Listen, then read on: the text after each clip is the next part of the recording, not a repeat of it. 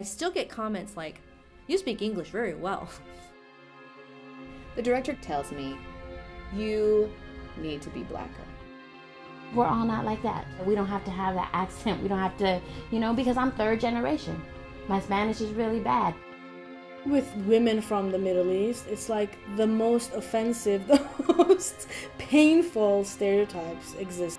Women on the staff reportedly had to sign an agreement that they would not ever sue for, sexual harassment. The writers were talking about their own sex lives. They were talking about the cast. Renee Zellweger in Cold Mountain played a character that was actually a black slave in the novel, and they wanted to cast Renee, so they turned her into an Appalachian white woman.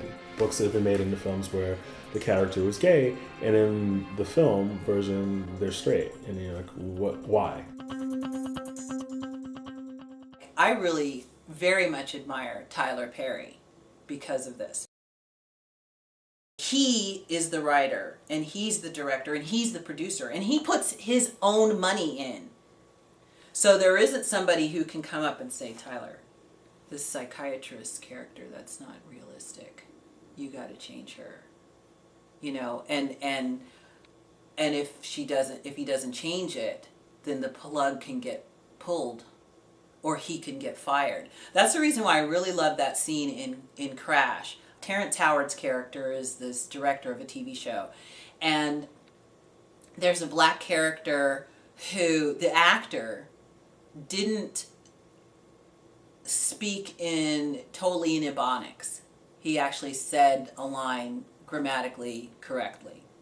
And Tony Danza's character comes over to Terrence, and they finish the scene, and everybody's like, "Woo, good work, good take." Tony Danza comes over, pulls him aside, and says, "That's we have to reshoot." And he goes, "Why? Why do we need to reshoot? It looks good." And he's like, "No, we got to reshoot because he didn't say that line right." And he shows him, and he was like, "Oh, well, that's okay, that's not." He goes, "Do we have a problem?" Tony Danza says to him, "That's it. It's like you either go and reshoot that scene with him speaking grammatically incorrectly, because that's what I want to put out to the world, that this black guy can't speak English. And if you're not going to do that, you can be replaced."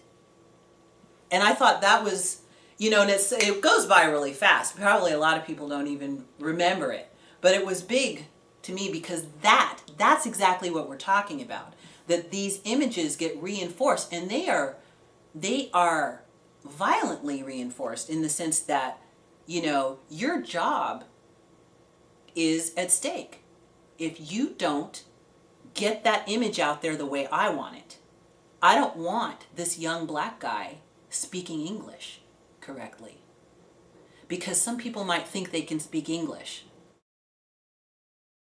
It's a hard thing to break down because it is so informed by the business people's own idea about what will sell, what should sell, what has sold in the past. And I don't think there's a lot of empirical evidence to either back up their assumptions and the work hasn't been done to test those assumptions. And I think that's a loss for Hollywood as a business. They'll have you believe that African Americans, unless you're Tyler Perry or Will Smith or Denzel Washington, we don't do well overseas. And a lot of the films get pre-sold. Like someone could pre-sell their film for international distribution, which will give them money to complete their film. So if you don't get sales internationally, pre-sales internationally, or you don't think your project will do well over internationally, it's hard to get people to invest in your film. Throughout my career, I've worked on a number of sort of gay-themed projects, especially in my fiction and in TV and film type developing things that I'm trying to make happen. And sometimes I wonder if I had just played it straight or wrote really mainstream stuff with the same passion and stuff, if I'd be much farther along. In the entertainment industry, they do marketing research, they actually interview audience members when they first want to, you've heard of those films that they change the ending of after the first couple of screenings, right? So there's a little bit of that, but ultimately I think when the only standard of success is money, then and if the studios are making a ton of money, then it's kind of hard to dissuade them. It is a business. And I think what we need to prove is that using us will bring in dollars. I think we would.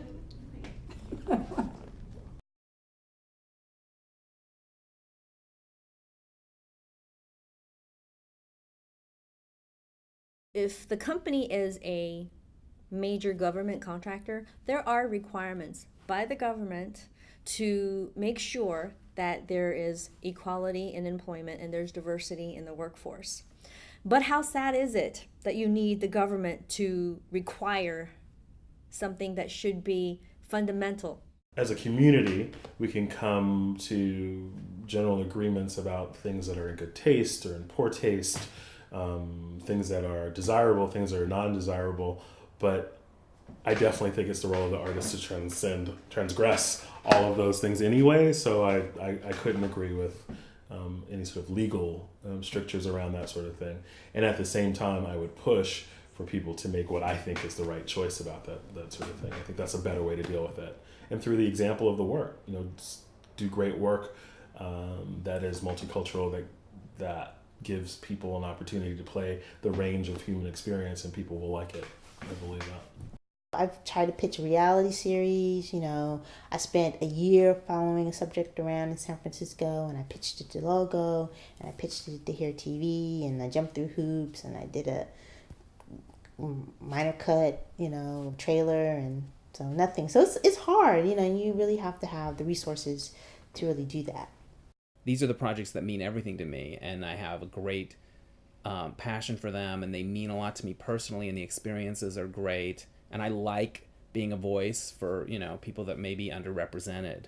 So I don't personally ever regret any of those decisions. But sometimes professionally, I think, if I had put that same passion into a Kate Hudson romantic comedy spec, would I be would I have more money? Would I be in a little more financially secure place?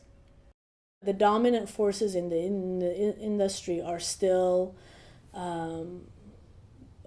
forces that I think are not, it's not that they're not sensitive to diversity, but that I feel like people of different ethnicities need to get to positions of power to be the decision makers, and then things will start to change. I don't know what can change, the status of Hollywood today as far as, predominantly white men, because you have to think about it. A lot of the people who are in the positions they are now, their parents were in those positions, or they grew up in that environment. I mean, we're just kind of new to that. I mean, we didn't, we weren't welcome with open arms, when filmmaking began. Now the studios want to make independent films, so is it really independent film now that the films are, $14 million or even $20 million? Now that's the bar now, I think, for what's being called, it's an independent film if it's $20 million. Well, then that's putting us, we're out of reach of even that. We ourselves can promote our own movies. We can try to create a forum for our own movies, but until it gets national attention, or until it gets national play and national distribution, we're not going to be able to create a forum such that money and funding wise, we will be able to sustain our own projects. I think that there is an audience across the country, across the world, that would resonate with seeing a variety of people in a variety of situations, and not only people of color playing typical or stereotypical roles and stories.